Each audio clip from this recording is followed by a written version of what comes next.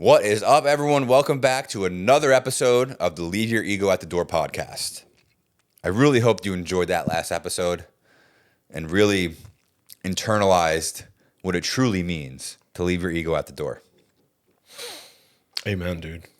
Yeah, and that's going to tie into our next topic for this episode, which is how much do you invest in yourself? I'm asking you right now. You. How much do you invest in yourself? Life, relationship, family, business, Health. What are you investing?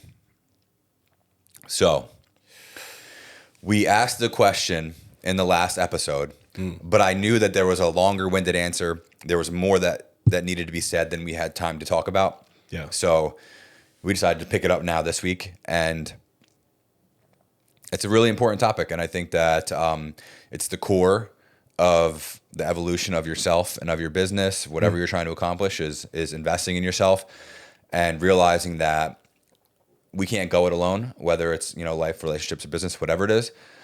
A lot of times you need outside help to get you to that next level, to catapult you past the plateau that you're on. So let's start with the early days of your business, right? Because you've been at it way longer than I have. So I'm sure there was a time where I have it. So let's talk about, give me the evolution of the business, right? Okay. Where you started, how you started. Because you didn't have a truck and a trailer and all this stuff in the beginning, right? No. Okay. So No. tell me about the point where you were like, okay, you realized that maybe if I can't come to people, then I'm gonna be stuck with where I'm at unless I can bring my service to people. Oh, right? yeah. So maybe that's a good way to start this off. Okay. So started the business in the pandemic because I had nothing else to do. I was washing my car, posted online. People wanted me to come wash their cars, realized that that's a great thing I tapped into, and it's a service that I enjoyed doing, and I started making money off of it. Fast forward, I really started investing most like my time into detailing cars and getting better at it and realizing, because here's what happened. I was working at a job that was paying me, I think it was $16.50 an hour at the time, which was paying the bills. I think about that all the time. How the was I surviving off of that? But anyway, and then I detailed somebody's car and made like $120, which is not a lot of money to detail a car. And it was a big car, and it took me 5 hours, but I still made $120, which would have taken me many more hours working at the other job, right? Yeah. And then the next time I ended up getting this client, she had 2 cars, and in total she gave me $500. I was like, this is basically what a paycheck is over there in 1 week. She was bringing the cars to you?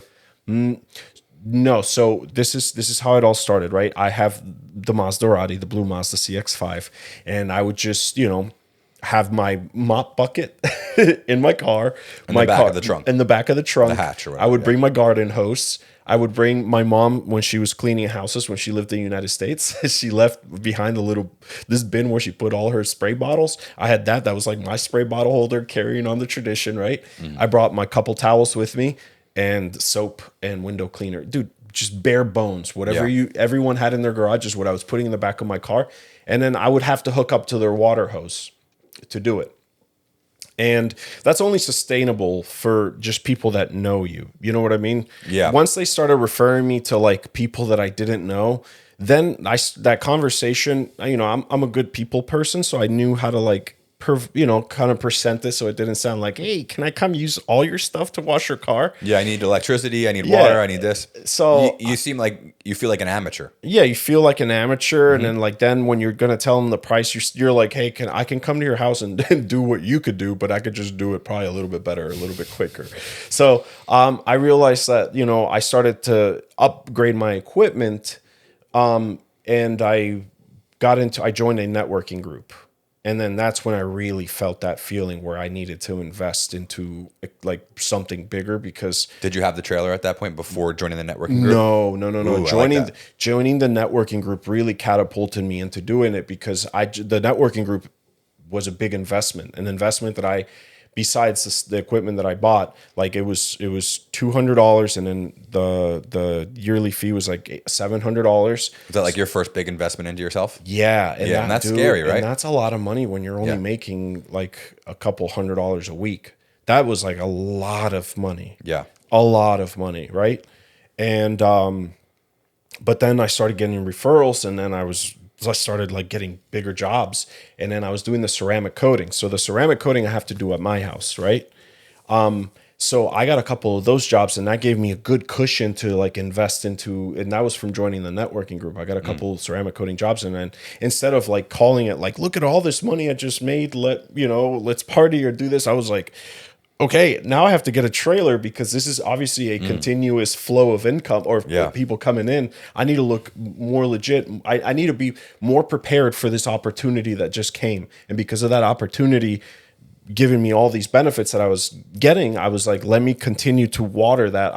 The way I look investing is like, I planted this seed, which was this big investment, the seed that cost me a lot of money, that's going to bring me all this fruit. And the fruit started coming like the first season. Normally it takes like a season or two before you start getting fruit. This thing started fruiting right away. I was like, oh, look at all these mangoes. So instead of me like eating up all the mangoes and waiting for next season, I was like, let me get a bigger pot for this big tree that's growing right now. Cause it's raining right now and this tree's growing. So I got a bigger pot, which is getting the bigger trailer. And then I had to get an even bigger pot because then I had to get an employee because I got that busy. So I looked at everything that I spent money on. I started to understand that the more money I spent, the more money that was going to come from it. Even though it put me in an uncomfortable situation at the very initial part of the investment, because you're taking out all this money you just made and you haven't made that money, and then like saying like, okay, but here you go, you got to give it back. It's the law. Yeah. It's law of, everything that we talk about. There's just that law of giving and receiving. Reciprocity, right? So reciprocity. So Yeah. all this, it's giver's gain. It's all these things. So all this money was coming in. I was like, let me give it back to you. And it's like, all right, you give it back to me, I'll give it back to you even bigger. And you give it back to me, I'll give it back to you. So that's the way I looked at it. And then I noticed that. So once I saw that with the business, I started focusing more on a lot of other things, which eventually led to like really focusing on myself and investing in myself personally, which is looking within. Call back to the last episode about going within and then figuring out everything else that had nothing to do with the business. And when I started working on those things, that was also an investment, which was like, it led me to reading books, which cost money. I see that as a huge, probably the best investment is buying books and reading books. Yeah. Because it's cheap and you can read it a bunch of times to listen to it, but the wealth of knowledge that's out there, it's insane. So now like joining a gym, buying like a supplement that, I heard Andrew Huberman or Joe Rogan talk about, I don't even think about it. If those guys are doing it and those guys, like I like to listen to those guys and they have a life that I probably would want, then I'm going to do what they do, because if you do what they do, more than likely it's going to work. So all those things that like cost money to help you improve in some way or another, whether it's paying someone to do a service that you could do, but if it's inconvenient for you to do and it'd be easier to pay someone else to do it, go. Just like you pay me to do your car. You know what I mean? So it's investing in yourself. It should be a non-negotiable. Yeah. So we were in Dubai with this gentleman, right? Yes. And he pulled out his wallet to pay for something. And I noticed it was like this really gold, shiny credit card. I had never seen a card like that. Like you see the Amex Platinum or whatever. Some of them have designs on them. Metal. Yeah, metal. This was like gold, like shiny gold. And I'm like, what? I had to ask him, I was like, what is that card? And he was like, oh, well, this is something that I had custom made for me and like my inner circle of friends. And I'm like, oh, really? I didn't even know you could do that. But what he said was, he's like, I need to be reminded that I like to spend money. Every time I pull this card out and I buy something, I'm happy to spend the money. I don't want to be paying for things and be like, oh, I have to spend this money. Oh, like it's like an honor and a privilege to be able to spend this money, to know that the law of reciprocity will always give back.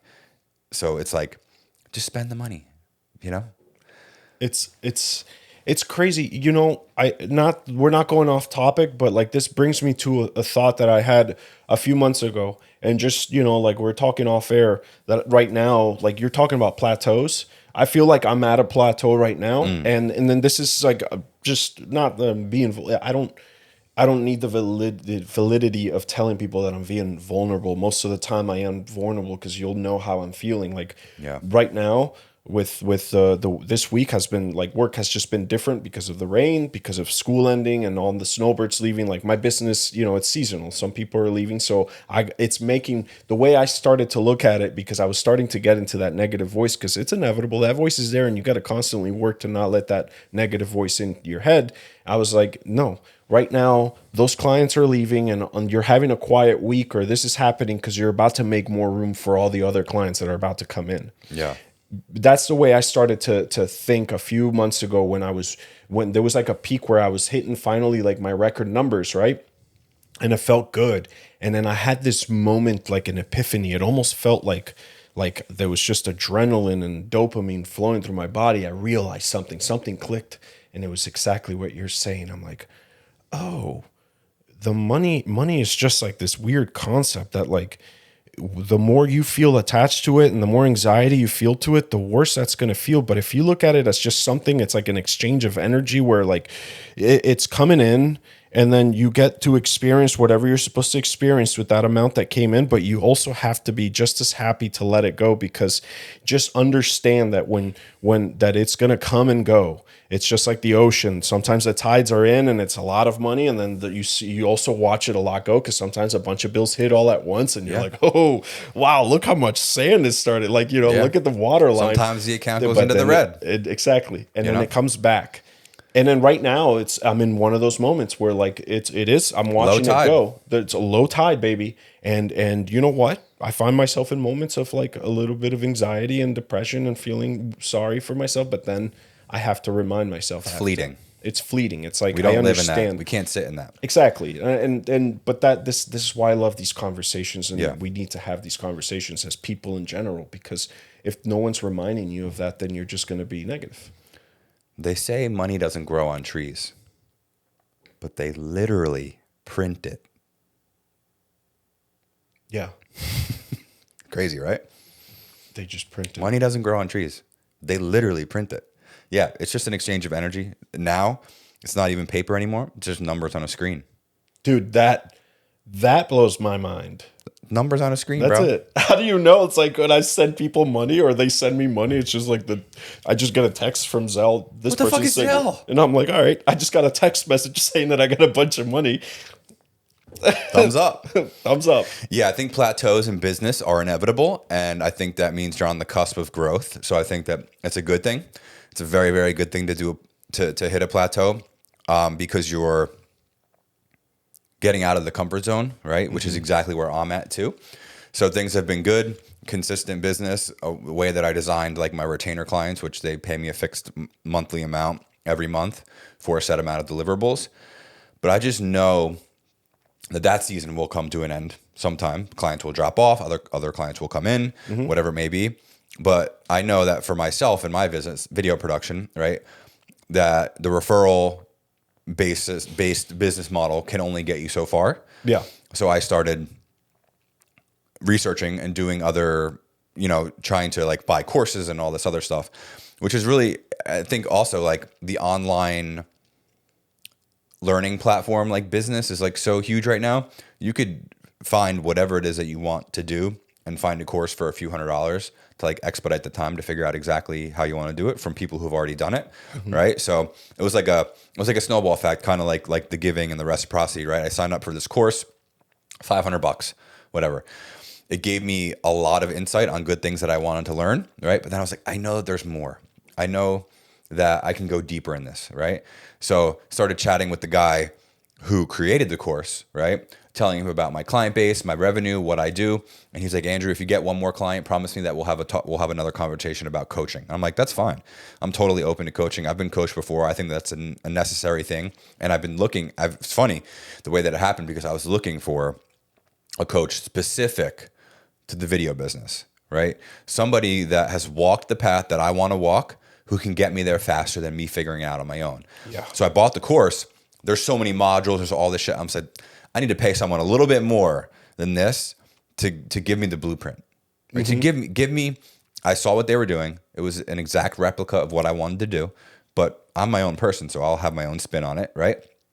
So I'm like, all right, I'm gonna have the conversation. I ended up having the conversation and like hiring them on the spot, because they know what the time is worth, right? And the investment in the coaching is so small compared to the return that I know that I will get. Just like you with the upgrade from the trailer, the BNI, all these things, you know, $700, $900 here or there, like that came back to you so fast. I wasn't even hesitant on signing up for the coaching. At the end of the call, I was just like, boom, like I had my credit card number like pasted in the notepad or whatever. I was like, boom, I sent it right to him. I'm like, let's just do it. Let's go. That's my mentality now with the business, is that I can't be scared to invest and spend money, especially when I know that it's exactly what I want to do because I've taken the time to do the research.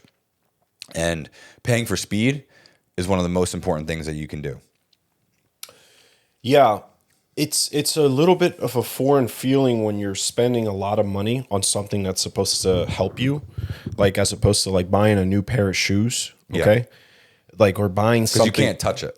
Right. So like, you know, like for example, like I bet you it's one of the best feelings ever when you're buying a new camera. I bet you it feels real good, right? Oh But my now God. it's an investment to your company. That new camera smell. The new camera smell, right? Or when you buy something tangible that you can touch, it's like, oh, but when you invest in yourself in a way of like where you're paying for a program that the results are long term, it's a really like, especially if you're not used to investing in yourself, it's a really foreign feeling because you feel like you're wasting your money there's moments where you do feel you're wasting your money because like sometimes the results are so delayed that like you feel like, is this working? Like right now I'm doing Google Ads and it's not working at all, but I don't know if it's going to change or not, but it feels foreign, but I know that that's the process is Right. that I don't know. You just have to zoom out on that and know that like that one client that you could get from the Google ad could pay for the entire campaign. That's the thing. And if you stop before the miracle happens, yes, you will never reap the rewards. I know. In any aspect of anything.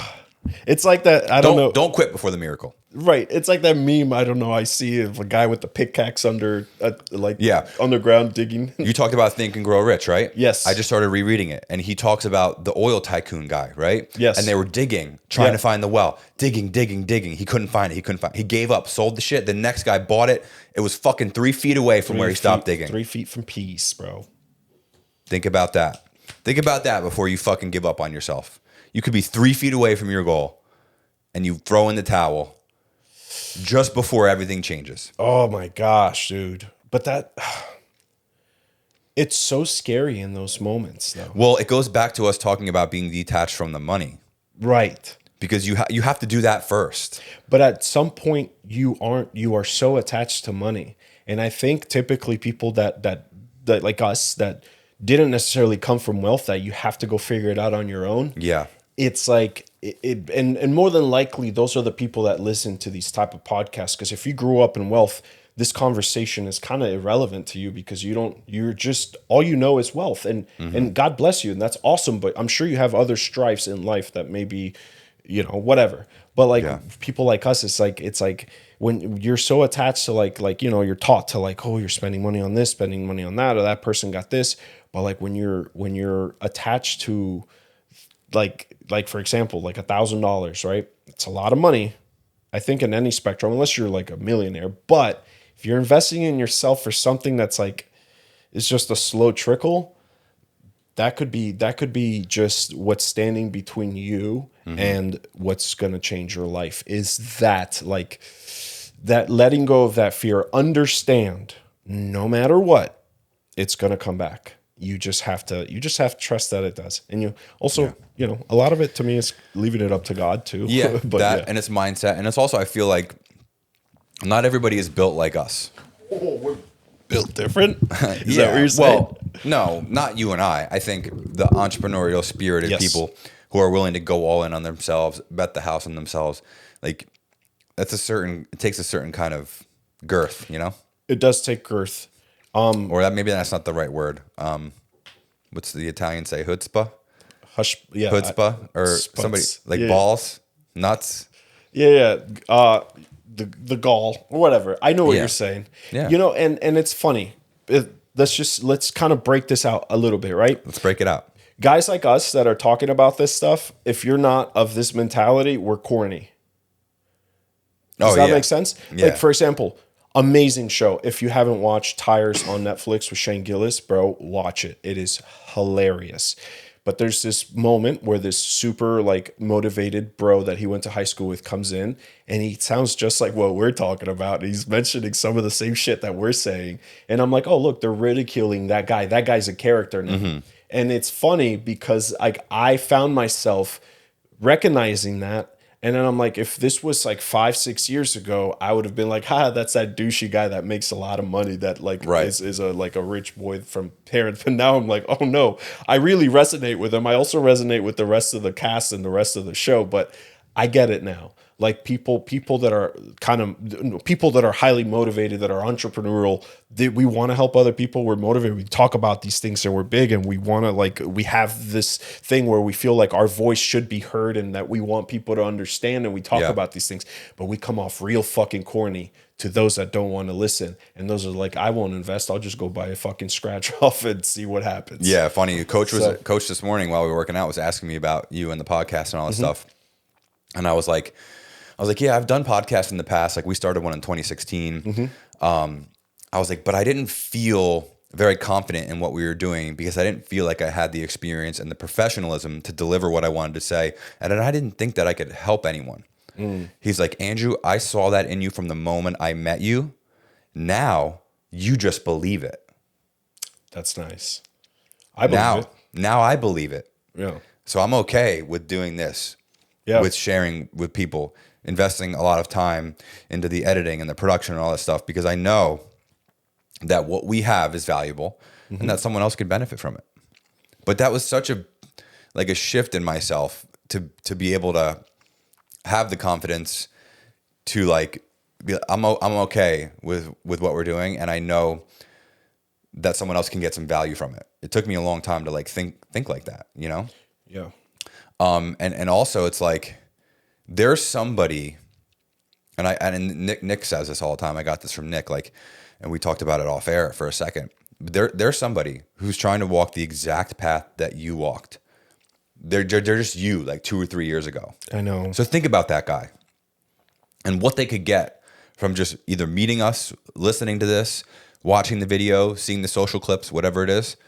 That this content for them could change everything, because we saw stuff that changed the way that we thought.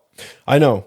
And to touch what we talked about off air, which is the same topic, because I feel like I have a hard time with posting now on social media because I feel like people don't care, and it's fine. It's my own way of thinking when it comes about this, but you really opened my eyes when you said that you're being selfish, because what you're saying could potentially change someone's life, and it could just be one person. Yeah. That's all it takes, and that's why I am doing this. And by you saying that was an answer I needed to hear in order to let go of what was making me feel like maybe people don't really care, because there's also that reservation inside of me, because I know what it looks like from an outside perspective of seeing people like us talking about this kind of stuff. And then I also get in my head thinking that someone's going to be thinking that about me, and who the fuck am I? And that's fine. We don't have names yet when it comes to people that want, but we're working to get that. And then people like you and I are going to figure it the fuck out. We have the entrepreneurial this is that word that gets me. The entrepreneurial spirit that we have is there's a lot of stubbornness in that, and a good stubbornness, which keeps you it's a stubbornness, but I like to call it perseverance. It's we're just going to keep driving it. We're going to keep going and seeing where that self-belief will get us. And there'll be a day where a bunch of people want to hear what we're saying. Yeah. Right now it's early, and then we might come off a certain way. We're still figuring out a voice in this, but I could see it too, dude. Just through our conversations, and not to kill the other vibe we're talking about with the investing, but I think that this is why I really love doing this. This is all related. It's all related. It's related to investing. You and we're investing time into this, but we're investing time into each other. And that conversation we had off air, to me, was that little thing that you said is so valuable to me, and that's why I feel like we don't have enough of these conversations. Mining for gold. Yeah. That's what reading is too. Yeah. So 2 things that came up when you were sharing that, right? The first one is last night I watched a video that Alex Hermosi posted about a lady who had 5,000 Instagram followers and who was netting over $1 million in sales from her account. Yeah. 5,000 followers? Think about that when you don't post. right? So, but she was very niche down. She had one specific audience that she was helping, and her super small account That's amazing. makes her wealthy, right? So think about that when you're not posting. Your audience is, maybe only 1,000 followers, but those are 1,000 souls on the other end of the phone that you can touch, right? And then the other thing is I think we talked about this in person, or if it wasn't with you, I talked about it with somebody else. Even though people may not be commenting or doing anything on the stuff that you're sharing, they still see it. Somebody the other day was like, Andrew, and they never commented or shared, or I never talked to them about any of this. And they're like, bro, I see what you're doing on social with your content and your podcast and everything, and I could tell you're putting in the effort, man, and it looks really good. And they've never ever like commented or be like, yo, that's great, whatever. They just see it and they know. You just hit me hard with something, bro. Damn. You hit me hard with when you said the word souls. Yeah. You're like, oh, I only got 1,500 followers. I only got this. Dude, I started the YouTube channel probably like 3 months ago, right? And I have 260 subscribers, which sounds like nothing, right? But that was built from the ground up. Those are 250 or 260 other people that I've never met, I've never talked to. They're not on my Instagram, right? Just by making behind the scenes videos of my video production sets, whatever, with my phone in a free editing software, right? So what is that? That's a community. That's a return. That's an audience, right? That's a potential crowd of people that I could eventually sell something to, whether it's a course or whatever it is. Yeah. Right? You help them with the service. Exactly. And because of that, like I have people DMing me on Instagram just from YouTube saying like, hey, what is this? What is this equipment? And I'm like, I'll just answer. I give them everything. Just give the value. I give the value. That's amazing, dude. Yeah. Souls, listen, I'm going to look straight into the camera. And this is just my soul speaking directly to you guys. If this is something, if we say anything that does help, that's amazing. That's what this is for. If you don't follow, you don't subscribe, you don't like, you don't share, that's absolutely fine. Just understand that these are two souls that maybe were assigned to help other souls. And maybe that's how I'm getting my answer from the higher source of the soul to be like, hey, I'm going to put you in a position to help other souls. And if that's my calling, then I'm here, we're here, and we want you to listen. So if you're listening to this and you're still listening to this, I love you and I'm here to help you. I love that. That's going to wrap up this episode, everyone. Remember, if there's a situation or something that's happening in your life that you don't feel right about, or you're like, I don't know how to handle this, leave your ego at the door, ask for the help, and you will receive it. See you next time.